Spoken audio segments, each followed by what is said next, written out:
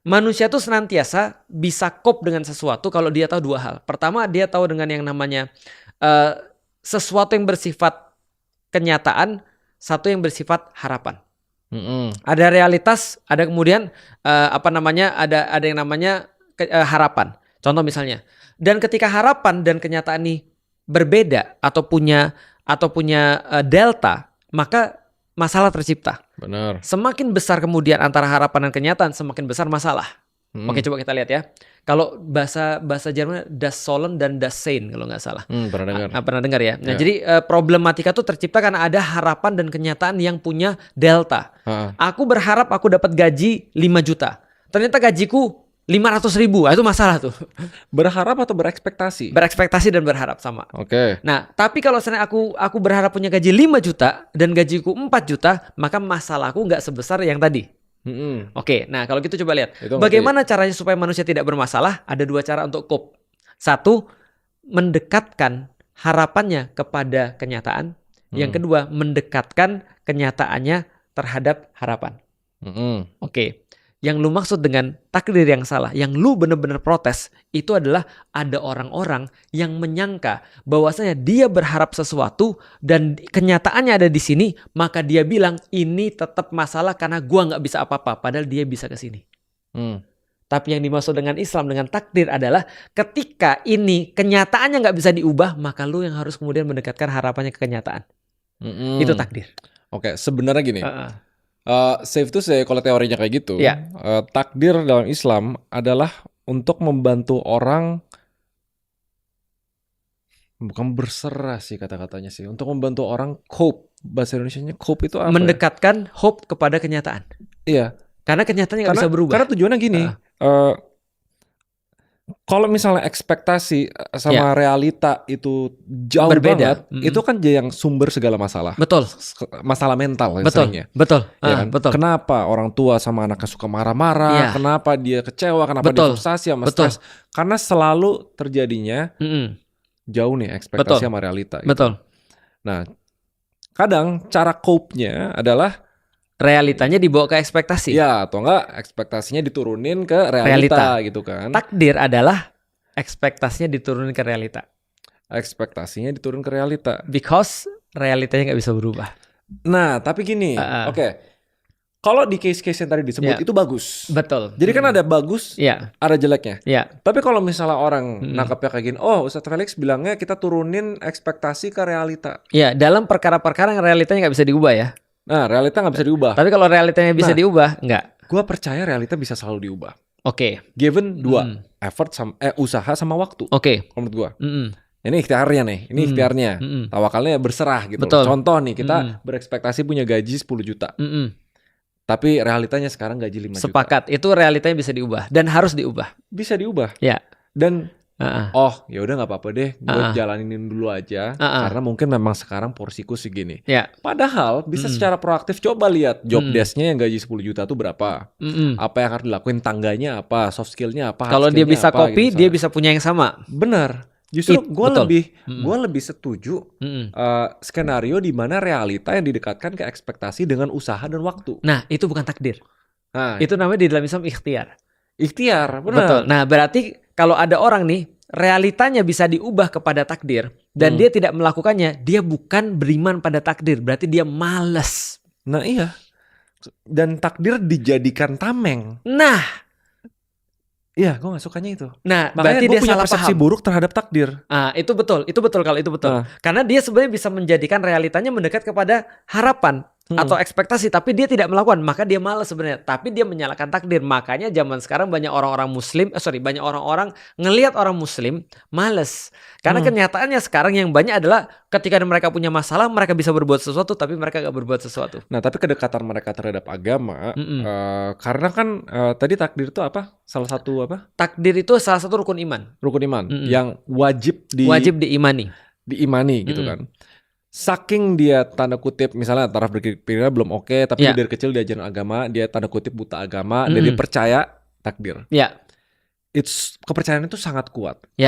To the point sebenarnya dia berpotensi untuk bisa ngelakuin hal-hal yang luar biasa.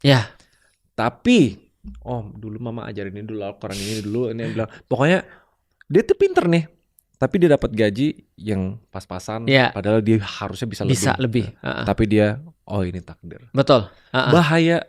Gue ngerasa ada salah satu faktor why agama tuh berbahaya di saat dimisinterpretasi dengan level of cintanya yang berlebihan. Kalau menurut gue. Lebih tepatnya menurutku yang ngajarin salah sih. Ada faktor itu, tapi cintanya berlebihan. Kalau menurut gue berlebihan tuh kayak gini. Ini kayak dulu kita baru bahas. Cuma ada 2 orang yang bisa diomongin kan, orang bodoh sama orang bucin. Buta cinta sama. Betul. Sama cinta, ini orang yang milih pemilu sih. Iya, oke. Kita udah lewat minggu pertama ya, udah lama krisis ya. Tapi analoginya buta agama, cintanya berlebihan tuh karena nggak disertai dengan pengetahuan. Betul.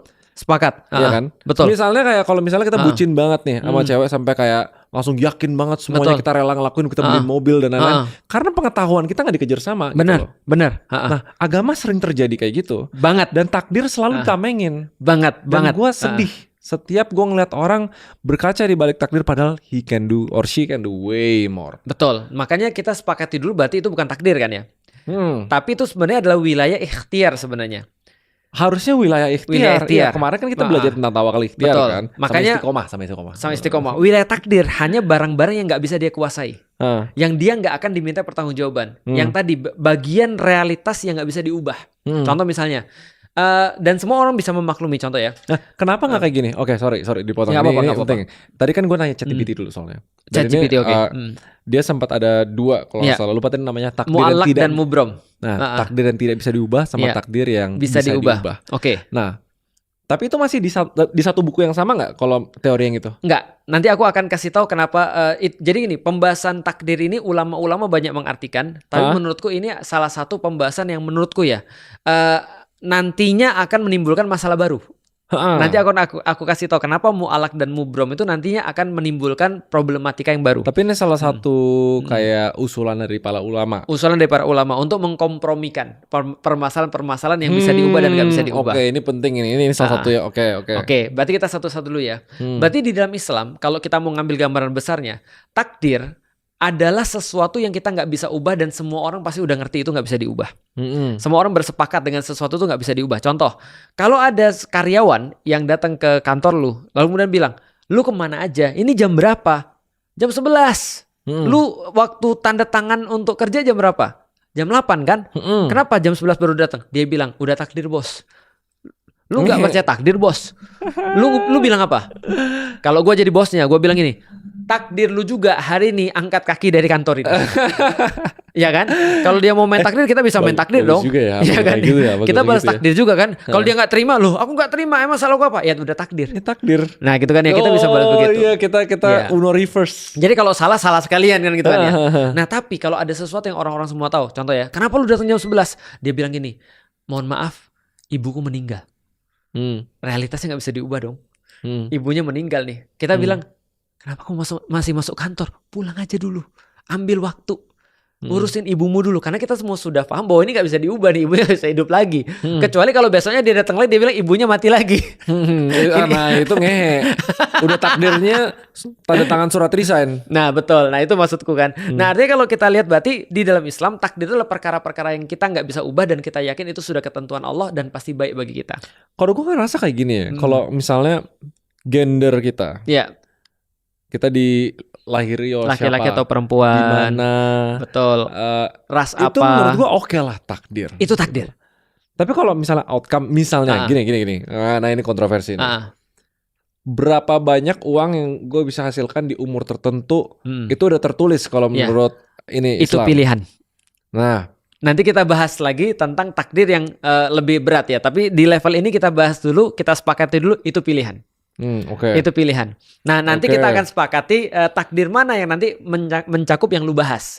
Yang lu pernah dengar kan ada orang lahir sudah ditentukan sebagai orang-orang yang bahagia atau sengsara, masuk surga atau masuk neraka. Ini kayaknya semua predestin dong. Termasuk kita kaya atau miskin jadi predestin dong. Nah itu kalau ditanya pada orang-orang kebanyakan, mereka langsung jawab jump to conclusion itu semua takdir. Dan itu yang lu maksud bener-bener pikiran gak produktif dan gue sepakat. Oke, berarti kita sepakati dulu ya. Ras itu takdir. Maka aku beriman, ya Allah, aku beriman kepada Engkau, aku dilahirkan sebagai orang Cina di Indonesia. Karena itu sudah takdir. Karena kalau kita menolak itu nanti akan ada banyak masalah mental yang kita punya. Karena kita nggak menerima diri kita apa adanya. Nah, jadi takdir itu untuk itu sebenarnya. Oke, orang meninggal. Suatu saat nanti aku akan ditinggalkan oleh bapak dan ibuku. Kalau enggak, aku yang meninggal duluan. Dan itu perkara takdir. Ketika itu terjadi, itu kan ya, maka aku menerima. Contoh, bapak mertuaku meninggal. Itu ketika kita baru pulang dari Turki. Pas kita mau ke sana meninggal. Istriku di mobil nangis. Dan dia bilang, Abi, kalau aja dokternya itu lebih bagus. Aku bilang hati-hati ngomong. Karena omongan kalau itu justru menandakan kita tuh tidak beriman pada Allah. Allah sudah ambil ya udah. Kalaupun terjadi kelalaian dokter dan segala macam itu kita bisa proses nanti. Tapi kita terima dulu bahwa bapak udah gak ada. Oke, gue udah mulai nangkap. Udah mulai nangkap ya. Okay. Nah jadi istriku bilang kalau aja. Diam. Itu kan ya. Kayak Rangga dan Cinta ya. Gitu. Itu kayak di mana ya? Lu nonton gak sih? Dengan gue nonton. Payah gue ngomong sama anak Gen Z nih Gue malah keingetnya memes yang polisi. Langsung congornya diambil ya. Gue malah inget yang nangkap congor. Ya, congornya dia enggak ini Rangga dan Cinta nih. Oh iya, zamanku. Iya, gitu kan ya. Kalau SMK dipilok gitu kan. Kok gue gak nyambung ya? Ini beda-beda generasi. Iya beda generasi kita. Oke. Nah jadi artinya aku bilang jangan ngomong kalau, andai dan segala macam. Karena andai dalam perkara ini sama aja kayak kita tuh kayak andai begini. Enggak juga. Udah ini sudah enggak ada orangnya. Udah terima dulu. Kop dengan itu dulu. Nah itu takdir. Nah dalam perkara-perkara yang bisa kita pilih itu bukan takdir dalam pandangan Islam. Perkara yang bisa kita pilih. Contoh ya, perkara yang bisa kita pilih. Mau jadi apa, itu bisa kita pilih.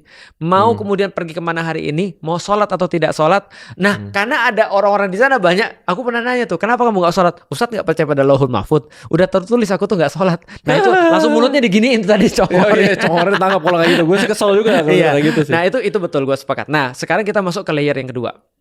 Tapi ini layer yang pertama udah masuk ya. Layer yang kedua. Mengenai dengan segala sesuatu kejadian di mana di dunia ini dan termasuk tadi takdir itu ada yang bisa diubah dan nggak bisa diubah. Nih, pertama aku mau bahas dulu tentang bisa diubah atau tidak bisa diubah. Gini, aku mau ngambil ini. Ada yang lebih kecil nggak sih? Ada pena nggak? Nah itu aja tuh inhaler ada di sana. Ini pena nih. Aku pegang pena ini di tangan mana? Tangan kanan. Kalau aku pegang pena ini di tangan kiri, maka lu bisa jelas melihat perubahannya. Karena tadinya di kanan, sekarang di kiri. Oke, kalau gini gimana? Ini gue pegang pena di tangan mana nih? Lo nggak tahu? Nggak tahu. Dan gue bilang sekarang gue udah pindahin penanya. Ini pindah ke mana? Nggak tahu juga. Berarti kita nggak akan bisa mengatakan sesuatu berubah kalau kita nggak tahu apa-apa. Nah, takdir itu kita benar-benar nggak tahu. Lauhul Mahfud kita nggak pernah lihat. Takdir Allah kita nggak pernah tahu. Jadi kita mengatakan, contoh ya, ada hadis yang mengatakan gini. Siapa yang memperbanyak silaturahim maka umurnya diperpanjang. Itu ada hadisnya tuh. Tiba-tiba ada seorang kakek-kakek mati umur 100 tahun. Lalu kemudian cucunya bilang begini, kalau ini karena beliau suka silaturahim. Kalau nggak silaturahim mungkin dia 70. Itu sok tahu namanya. Karena we never know. Dia ditakdirkan berapa dan meninggalnya berapa setelah dia silaturahim. Maka perkara-perkara yang kita nggak tahu ini kita nggak bahas. Berarti simpel lagi nih kalau orang yang bilang oh itu udah takdirnya gue, berarti dia ngelangkahin Allah. Karena dia sok tahu. Pembahasan kita selesai nih. Bener kan? Harusnya gitu kan? Lu udah kesimpulan itu. Oh, gue itu kesimpulan. Itu kesimpulan. Orang yang bilang ini takdir dia ngelangkahin Allah berarti. Benar. Ya, ada orang bilang ini takdir saya, berarti dia sudah playing gods. Iya. Ini playing God, betul. Ini terjadi. Nah, itu kesimpulannya. Tapi sebelum kesimpulannya, gue jadi nggak muter nih. Gitu. jadi gini, ketika kemudian kita nggak tahu itu berubah, maka sebenarnya kita nggak bisa bilang itu berubah. Berarti ada orang bilang takdir misalnya ada ulama bilang, walaupun ini cara mereka untuk menyederhanakan ya, ada ulama bilang bahwasanya ada takdir itu ada yang bisa diubah dan nggak bisa diubah misalnya. Nah kita tahu mana yang bisa diubah, orang kita nggak tahu semuanya, gitu maksudnya. Nah contoh kayak gini bisa, ini gara-gara aku begini, lantas aku ini lagi berubah takdir. Who knows? Jangan-jangan kamu memang ditakdirkan begitu. Contoh misalnya gini, ada orang tinggal di Jakarta, tiba-tiba dia pindah ke Bogor kayak aku. Lalu aku bilang, aku sekarang merubah takdirku yang dulunya tinggal di Jakarta menjadi tinggal di Bogor. Siapa ngomong? Siapa tahu takdirnya memang aku dari Jakarta terus ke Bogor. Paham gak sih maksudnya? Nah, jadi dalam perkara-perkara yang kita tidak ketahui ini, kita benar-benar tidak boleh bahas. Benar. Nah, itu Islam tuh. Jadi sesederhana itu. Simpelnya gini, kalau gua rekap ya. Ini ada masa depan, ini ada masa lalu, gitu loh. Apapun yang terjadi di masa lalu, takdir mengatakan berarti lo harus menerimanya. Itu satu, ya kan? Tapi yang sering sudah orang kejadian kita harus menerimanya. Ya, menerima gitu. Bagus. Tapi mereka tuh nyampur yang ada di masa lalu ke masa depan, gitu kan? Pas mereka udah menjadi cenayang dan udah punya sixth sense dan lain-lain, takdirku akan segini, dia bukan menerimanya itu namanya. Mungkin ditambahin kayak gini, takdir berarti dia merekayasa. Merekayasa. Bahkan berarti udah jadi Tuhan dia. Udah jadi Tuhan. Betul. Udah jadi cenayang. Betul. Gitu kan? Ketika dia bilang aku memang dilahirkan jadi orang bodoh. Berarti dia sudah melangkahi takdir. Atau mungkin gini, bahkan kalau berlaku di masa lalu ya, misalnya kayak kita telat, gitu, misalnya. Oh ini takdir mengajarkan kita untuk menerimanya, tapi menerimanya lalu bekerja lebih keras lagi gitu. Nah, apa mungkin harus ada tambahan itunya gitu? Itu betul, itu keren banget. Jadi kita terima, misalnya kita telat nih. Betul. Takdir, oke, kita terima bahwa kita telat. Tapi bukan berarti kayak tidak melakukan apa-apa setelah itu. Nah, perbaiki, ngakui kesalahannya gitu. Betul. Itu pembahasan yang lain lagi, lu tau gak? Itu pembahasan di dalam surat Al-Baqarah. Lu lagi pindah ke pembahasan antara Adam dan Iblis. Adam dan Iblis. Iblis itu gak mau terima kesalahan, Adam terima kesalahan. Dan ada bedanya. Ketika Adam menerima kesalahan, dia jadi orang yang mulia. Iblis tidak terima kesalahan, dia jadi orang yang paling hina. Jadi makhluk yang paling hina. Itu jarang menerima kesalahan. Tapi lu bener banget. Jadi gini, tau gak lu problemnya apa? Allah itu tidak punya past, present, and future. Oh iya, konsep timeline tuh nggak punya. Berarti ketika Allah bilang aku tahu semuanya, bahkan siapa yang masuk surga aku tahu, dan siapa yang masuk neraka aku tahu, dan aku tahu siapa yang dilahirkan untuk sengsara dan siapa yang dilahirkan untuk bahagia, Allah tahu. Itu wajar nggak kalau Allah bilang begitu? Wajar, karena dia di luar kita. Tapi ketika kita mau playing gods, jadi seolah kita bilang, oh kalau gitu Allah sudah tahu dong kita masuk neraka, ngapain kita ibadah? Nah, itu ketika itu dia jadi playing gods. Iya. Padahal pengetahuannya Allah itu tidak berarti memaksa manusia. Gua masuk ke level selanjutnya kalau gitu, karena level kedua terlalu mudah bagi lu. Gua masuk level ketiga. Ini agak berat nih. Tapi aku yakin lu bisa. Nih. Coba. Rasul pernah bilang pada para sahabat, tidak dilahirkan anak Adam. Jadi ketika 40 hari ditiupkanlah ruh ke dalam tubuh ibunya itu, lalu kemudian ketika ditiupkan ruh itu ditentukanlah bagi dia seperti apa kemudian kehidupannya, dia jadi orang sengsara atau jadi orang yang bahagia, dalam bahasa kita kaya atau miskin, lalu kemudian ditentukan dia masuk neraka atau masuk surga. Semua sudah ditentukan oleh Allah. Tiba-tiba sahabat nanya, ya Rasulullah, ini kayaknya Raymond Chin di masa dulu nih. Langsung protes dia. Ya Rasulullah, kalau semua sudah ditentukan, ngapain kita sholat? Lah kalau kita sholat nanti kita sudah dipastiin masuk neraka, ngapain kita sholat? Lah kalau kita kemudian sudah dipastiin masuk surga, ngapain juga sholat? Iya kan? Bener. What for? Gitu kan ya. Bukan. Lalu Rasul kemudian tersenyum lalu berkata, Rasul ngerti, oh salah server nih bocah nih. Gitu kan ya, salah server nih. Nah, lalu Rasul bilang gini. Jadi gini, Rasul bilang, jadi di dalam Rasul membaca ayat Quran bunyinya begini. Waman a'ta wattaqo wasaddaqa bil husna fasanu yassiruhu lirusra. Wa amma man bakhila wastaghna wa kadzdzaba bil husna fasanu yassiruhu lil usra. Artinya begini, siapapun orang-orang yang beriman lalu kemudian memberikan dan kemudian meyakini pahala-pahala terbaik daripada apa yang dia berikan itu, maka bagi dia Allah akan mempermudah jalannya menuju kebaikan.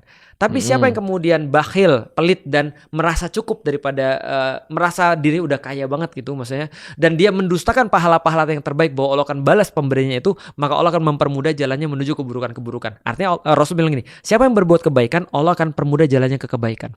Siapa yang berbuat keburukan maka dia akan dipermudah jalannya menuju keburukan. Itu maksudnya adalah ketika Allah bilang tadi. Ketika Rasul bilang tadi. Artinya Rasul bilang beramalah karena setiap orang akan dipermudah menurut amal-amalnya. Artinya apa Rasul bilang? That's your choice. Mau jadi baik, mau jadi buruk. Jangan campurkan dengan servernya Allah. Karena kalau lu campurkan, lu gak bakal bisa selesai pembahasannya.